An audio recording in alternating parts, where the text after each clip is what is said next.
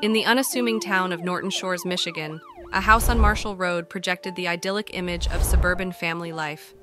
However, behind that facade existed a nightmare, one that culminated in the summer of 2022 with the harrowing death of 15-year-old Timothy Ferguson. At the center of this tragedy were the two people who should have been Timothy's protectors: his mother, Shanda Vander Ark, and older brother, Paul Ferguson. Shanda had brought Timothy into her home in May 2021 amid a custody dispute with his father. What should have provided Timothy a stable environment after struggles with his dad quickly descended into calculated torment and abuse over the next 14 months. With 19-year-old Paul acting as his mother's willing enforcer, Timothy was subjected to a campaign of cruelty that seems unfathomable even knowing the full details. Despite displaying symptoms of autism, ADHD, and motor skill delays requiring medication and special needs assistance, Timothy found himself systematically deprived of basic needs. He was refused access to food, enduring stretches of starvation that led to dramatic weight loss. If he snuck any nourishment, he was forcibly made to vomit it back up through aggressive tactics like shoving fingers down his throat. His movements and very existence were monitored obsessively through an elaborately installed home security system of cameras, alarms, and sensors, all controlled by his vengeful captors. Disturbing new details out of Muskegon County tonight of a mother charged with murder in the death of her teenage son. 15-year-old Timothy Ferguson, a boy with special needs, was found dead in his Norton Shores home. A medical examiner found that he died from malnutrition and hypothermia. His mother, 43-year-old Shanda Vander Ark, appeared in court for the first time this afternoon on murder and child abuse charges. I've been at this job for over 20 years, and the things that walk through this door on a day in and day out basis are horrific and traumatic.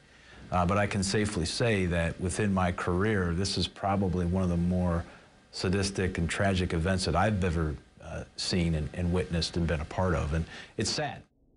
To fully grasp the magnitude of this tragedy, it's essential to understand the key individuals involved and the family dynamics that set the stage for the horrific events that unfolded.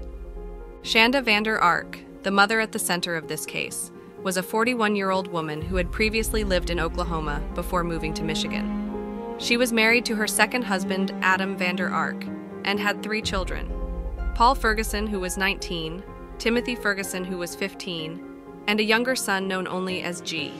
He was 7 at the time. Paul and Timothy were fathered by Sandra's first husband, while G was the only child of Shanda and Adam. Before the abuse began, the Vander Ark household appeared to be a typical family from the outside. However, beneath the surface, there were underlying issues that would contribute to the dysfunction and ultimately the abuse. Timothy's special needs, including his autism and ADHD diagnoses, added an extra layer of complexity to the family dynamic. The first signs of trouble appeared to arise after Shanda's husband, Adam, suffered a stroke in January 2022 and moved out of the family home into his parents' residence. With Adam's stabilizing presence gone, Shanda and Paul were left alone with Timothy and his 7-year-old half-brother, G. It was at this time that the abuse and neglect of Timothy began to escalate, for seemingly nothing more than Timothy being challenging to handle. Through an extensive trail of disturbing text messages uncovered by authorities, the systematic abuse Timothy endured is outlined in sickening detail. The messages show Shanda issuing orders to Paul on how his younger brother should be disciplined, with punishments growing more depraved and torturous over time. Timothy was exposed to severe food restrictions and forced consumption of bread soaked in excruciatingly spicy hot sauces. Investigators discovered that Shanda went out of her way to procure the spiciest hot sauces with names like Elijah's Extreme Regret. In one particularly disturbing text exchange, she casually mused about putting the sauce on Timothy's genitals as a punishment tactic. So it never occurred to you to use hot sauce, enforcing the use of hot sauce on a dog, but it occurred to you to use that as a form of punishment for your 14-year-old child? It was Paul's idea, but yes, I was at my wit's end at that time. It was Paul's idea, and you thought, yep, that sounds like a good idea. I think we'll do that. Is that what you're saying? I don't remember the exact conversation, but I said, like I said, at that point, I was willing to try anything. We'll get into the text, but there's dozens of texts in here, and this is just a small section of text where you tell Paul, put more hot sauce on the bread. Give him 4 slices of hot sauce. Do you remember those text messages? Some of them, not very many, but some of them. Mm-hmm. So you wouldn't punish a dog with hot sauce, but it's okay to punish a child with it. So Timothy came to live with you, and prior to Timothy coming to live with you, was it just you and G and your mom and stepdad in the house at that time? Yes. So you went from 4 people in the house to 5 people in the house in May of 2021. Yes. And then back down to 4 people when Adam unfortunately had his stroke in January of 2022. Yes. Now, around shortly after the time of the stroke, did there come a point in time where you became involved in having to administer some discipline to your younger brother, to Timothy? Yes. At some point in time in February, there's a discussion fairly early in those text messages about blocking Timothy's access to food. Can you describe what was happening at that time and how he was restricted from getting access to food? He was sneaking food that was not necessary at that time, and it was solved by placing locks on the fridge, freezer, and pantry. When we say he was sneaking food that wasn't necessary, who would make that determination that it wasn't necessary? Shonda. There's been some testimony already about Timothy going on a hunger strike around the time of Adam's stroke. To your knowledge, did Timothy ever go on a hunger strike when Adam had his stroke? No, sir. There's also a reference to him going on another hunger strike about 2 weeks before he passed away. Excuse me, did that happen? No, sir. We've seen a lot of text messages and references to hot sauce and hot sauce retrieved from the home. At some point in time, were you asked to start feeding him bread with hot sauce on it? Yes. And who asked you to do that? Shonda. Why were you giving him bread with hot sauce on it? Because he was supposedly misbehaving. I would put it on bread, have him stand in the kitchen area near the back door and watch him eat until he finished. And was he required to eat it until it was all gone? Yes, sir. Did it ever look like he wanted to eat the bread with hot sauce? No. With taking the bread out of the equation, was hot sauce used in some other fashion as a form of discipline for him? It was poured directly into his mouth. And who would do that? Me or Shonda, me under her. The abuse was not limited to food-related torments. Timothy was frequently confined to a small, dark closet in the home's basement, furnished with nothing more than a threadbare tarp and an Amazon box. The cramped space reeked of urine and feces, as Timothy was often denied access to proper bathroom facilities. Shanda and Paul employed an array of alarms, zip ties, and even handcuffs to restrict Timothy's movements and confine him to the closet for extended periods. Under Shanda's direction, Paul subjected Timothy to a range of painful stress positions and punishments, forcing him to stand facing a wall or maintain a deep squat for hours on end. Paul admitted to chasing Timothy up and down the stairs as a form of discipline, disregarding the boy's increasingly frail physical state. One incident laid bare the depths of Shanda's sadistic approach to parenting. Through text messages, she instructed Paul to heat up frozen pizza rolls until giving off an overwhelming aroma, then hold them near Timothy's face and allow him to smell the tantalizing scent. However, Paul was told that if Timothy showed any interest or reacted, he was to immediately snatch the food away before he could try eating any. The caveat was that Timothy would only be allowed to eat if he complied with a series of demands, turning a basic need into a cruel bargaining chip.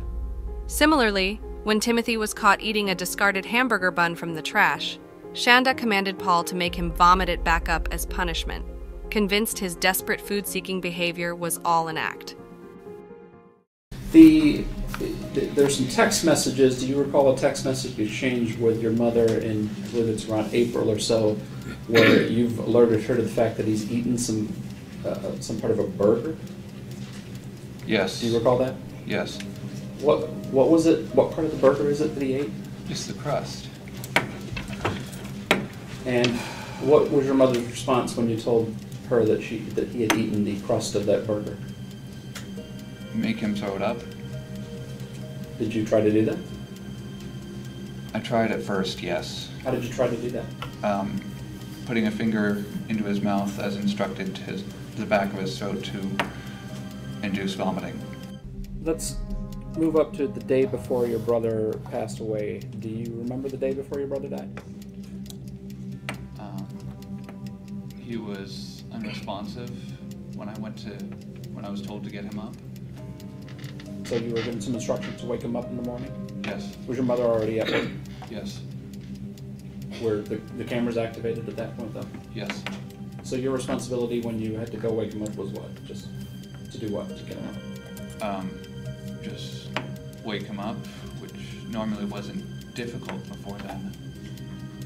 And this is the day before he passed away, but was it difficult on that day? Very.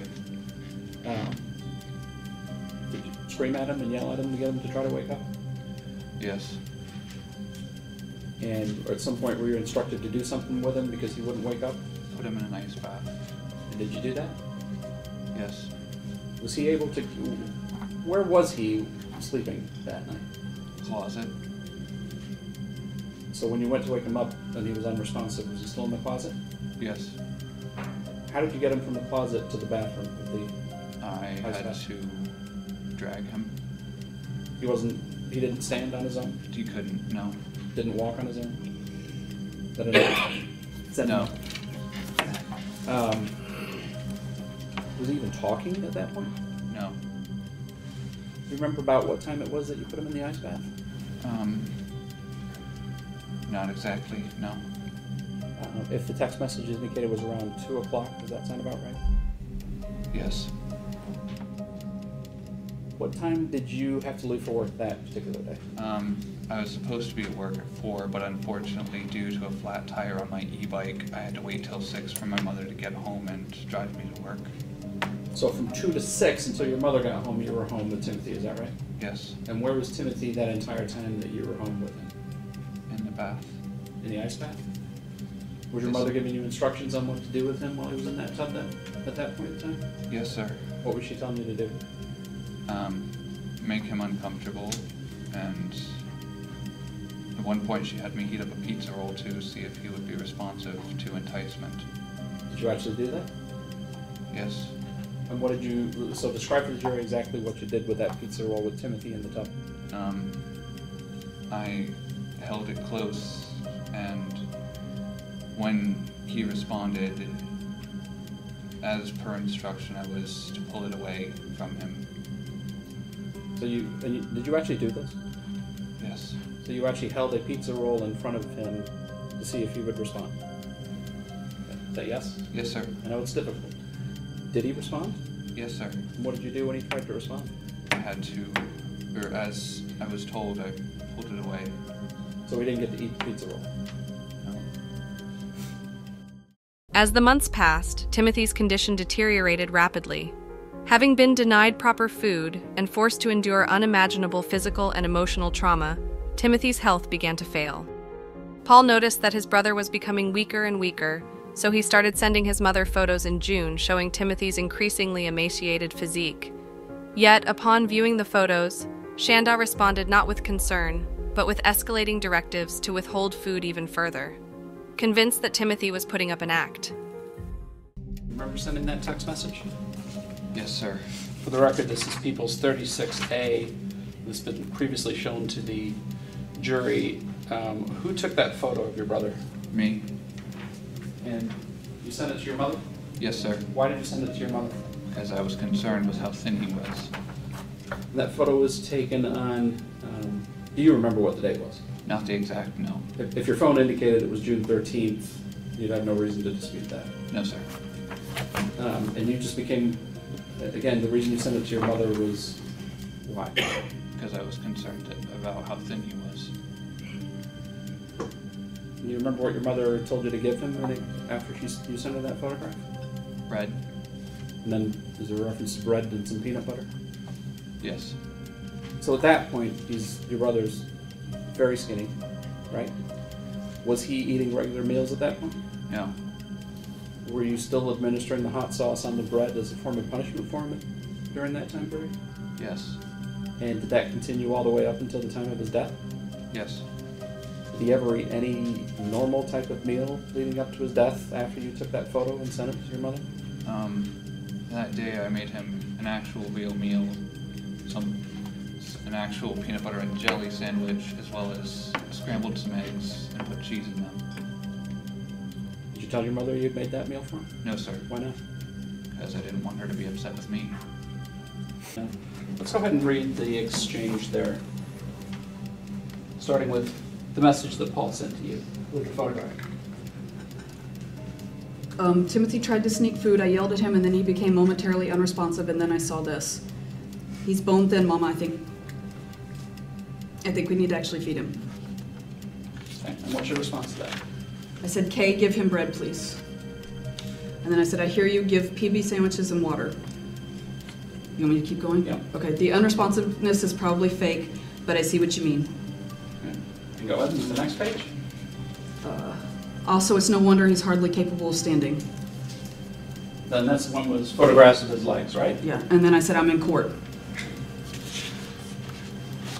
So is it really your testimony that you never saw that photograph? I do not recall seeing it. That was it. I feel like I want to throw up. You don't recall seeing the photograph, right? No, sir. The unresponsiveness is probably fake, but I see what you mean. You literally use the word see in your text message about see what you mean. But your testimony today is, I didn't look at the photograph. I didn't see the photograph. Yes, sir. It's a phrase that you use. I'm wondering why your response to your son saying that your other child is bone thin and needs to eat, actually feed him. That's the phrase. Actually feed him, right? That's what he said, yes, sir. Right. And your response to that is, Kay, give him bread, please, or bread with peanut butter. Is that right? Yes, sir. Not, oh my goodness, this is, if he's that hungry, yeah, make him some chicken nuggets, make him some pizza, make him some pizza rolls, make him any one of a dozen or so things that were in your freezer or your refrigerator, any of that. But that wasn't your response, was it? No, sir. Like I said, I was in court. I just was scrambling for an answer. You were in court, but you were able to send 1, 2, 3 text messages before you said you're in court, right? Yes, sir. And the first answer you come up with to feed your child was give him bread? I don't remember what I was thinking at the time, sir. I just know that I was distracted because I was in the middle of stuff with court. But not so distracted that you can say, well, the unresponsiveness is probably fake, but I see what you mean. Mr. Johnson asked you about the hot sauce that you ordered, and we saw the bottles of hot sauce. Those weren't just ordered from Meijer, were they? No. You had to special order those, didn't you? On Amazon, yes, sir. I think you said the reason that you couldn't just get those from Meijer for your grocery delivery things is because they just didn't have hot sauce, right? No, they didn't have that type of hot sauce. That type of hot sauce. Yes, sir. How did you conclude that that was the type of hot sauce that Timothy, how do I put this, both loved and got to be used as a punishment? Because the hot sauce that I had and the ones that I could access on the apps, he loved those hot sauces, so. So you had to go out of your way to find one even hotter, one that he didn't like. Yes, sir. So you tried to punish him with a lower hot sauce, but he doesn't respond. So then you increase how hot it is, right? I didn't try with the lower because I already knew he liked the lower hot sauce. How did it even occur to you to be a punishment for him to find one even hotter then? How is that even a punishment if he likes hot sauce? You used a number of other physical methods of punishing Timothy, didn't you? Define number. Yeah, okay, fine. 2. You made him do wall sits. One time. And that was Paul's suggestion as well. And running the stairs. Yes, sir. You had him do that a lot, didn't you? I wouldn't say a lot, it was some. In fact, there's one text exchange in here where you talk about make sure that he does it a lot, even if it's raining and cold outside, right? That's what the text says, yes, sir. I wonder how it would feel to have that hot sauce on your private parts. I'm not saying touch him there, not at all, but dripping a little bit there, is that horrible? I'm asking you if you said that when your child was in an ice bath for 2.5 hours at that point in time, because this is 4:25 in the afternoon, and you're watching on the camera from work and texting with Paul about what he's supposed to be doing with him in the tub, right? I mean, if that's what was, I don't remember. If that's what it says, I'm not arguing that. I'm not trying to argue that. I'm just saying I don't know. It just popped in your head today. Yeah, I wonder what hot sauce on your private parts would be like. That. I have no idea where it came from. I have no idea. Did you ever try that hot sauce? No, I don't like food as spicy as Timothy. The gruesome extent of Timothy's suffering came to light on the morning of July 6, 2022, when Shanda called 911 to report that her son was unresponsive. She claimed Timothy had been on a hunger strike, attempting to deflect blame from the outset. However, the scene that greeted first responders told a far more sinister story. Timothy's scrawny body, weighing a mere 69 pounds, bore all the hallmarks of prolonged abuse and starvation. The medical examiner would later determine that the 15-year-old, who should have weighed closer to 140 pounds, succumbed to a lethal combination of malnutrition, dehydration, and hypothermia. The examination revealed that in his final days, Timothy was subjected to extensive periods confined in an ice bath, a cruel punishment for his perceived disobedience and misbehavior. As investigators combed through evidence, they uncovered a trove of harrowing video clips captured on Shanda's phone and home surveillance cameras in the hours leading up to Timothy's death. One particularly disturbing scene shows Shanda dragging the child's limp, unresponsive body into the basement closet, berating him as pathetic and useless as she roughly deposited him on the bare floor. Approximately 15 minutes later, Shanda returned to the closet to find Timothy struggling to breathe, his body racked with tremors. Rather than render aid or call for help, she grabbed his mouth roughly and accused him of being a dummy and faking his symptoms. It was shortly after this final act of cruelty that Timothy succumbed to his condition, his short life snuffed out in a dark basement, utterly alone. That following morning, Paul discovered Timothy had passed away in the closet overnight and immediately informed his mother. Instead of expressing remorse or regret, her primary concern seemed to be covering up evidence of the prolonged abuse. With Paul's assistance, she dressed Timothy's body and continued to assert the fiction that he had been on a voluntary hunger strike, clinging to this narrative until confronted with the undeniable evidence to the contrary. As the investigation into Timothy's death unfolded, it became abundantly clear that this was no isolated incident, but rather the horrific culmination of months, if not years, of systematic abuse and torture. Happening now, a Norton Shores woman accused of abusing and killing her teenage son is on trial. Shanda Vanda Ark is facing a first-degree felony charge of murder and child abuse in the first degree for alleged crimes that stem back to July of last year. They described the victim, Timothy Ferguson, as a 15-year-old who was incredibly malnourished, one witness even saying that bones were protruding from his body when they found him. A normal 15-year-old would normally weigh about 132 pounds, but Timothy Ferguson just 69. They described this as a demented version of Harry Potter. Investigators painstakingly pieced together a timeline of the escalating abuse Timothy suffered, painting a portrait of a household ruled by cruelty and governed by the warped whims of Shanda and Paul.